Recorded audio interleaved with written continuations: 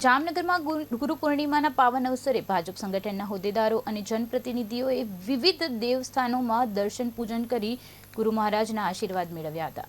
રાજ્યમંત્રી રીવાબા જાડેજાએ રાજ્યના નાગરિકોને ગુરુ પૂર્ણિમાની શુભકામનાઓ પાઠવતા ગુરુર બ્રહ્મા ગુરુર વિષ્ણુ શ્લોકનું સ્મરણ કરાવ્યું અને ગુરુના દર્શાવેલા માર્ગ પર ચાલીને સમાજ સેવા તથા રાષ્ટ્ર સેવામાં જોડાવાનું આહ્વાન કર્યું હતું.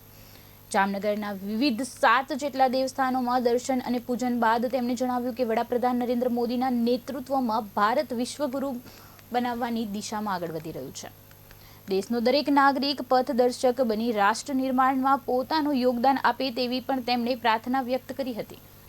6 થી 7 જેટલા અલગ અલગ દેવસ્થાન અને પીઠાધીશ ગુરુ મહારાજના આશીર્વાદ લેવાનું સૌભાગ્ય પ્રાપ્ત થયું. ભારતીય જનતા પાર્ટીની સંગઠનની પૂરી ટીમ, ચૂંટાયેલા જનપ્રતિનિધિ અને પદાધિકારીશ્રીઓની સાથે લઈ અને અલગ અલગ દેવસ્થાનના દર્શન કરી ગુરુ મહારાજના આશીર્વાદ પ્રાપ્ત કર્યા.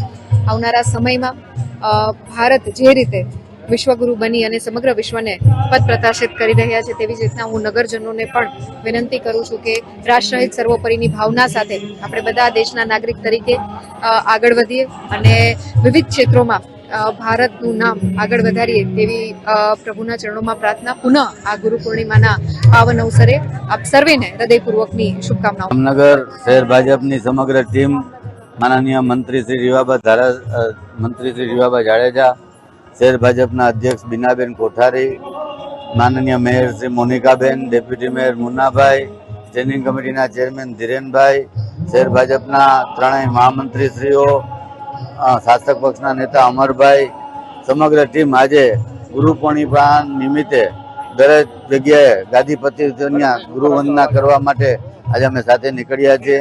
સ્વામિનારાયણ મંદિર હોય, કબીર આશ્રમ હોય, પ્રણામી મંદિર હોય, હવેલી મંદિર વલ્લભ બાવાશ્રી હોય, દેવપ્રસાદજી મહારાજ, ચતુર્ભુજ મહારાજ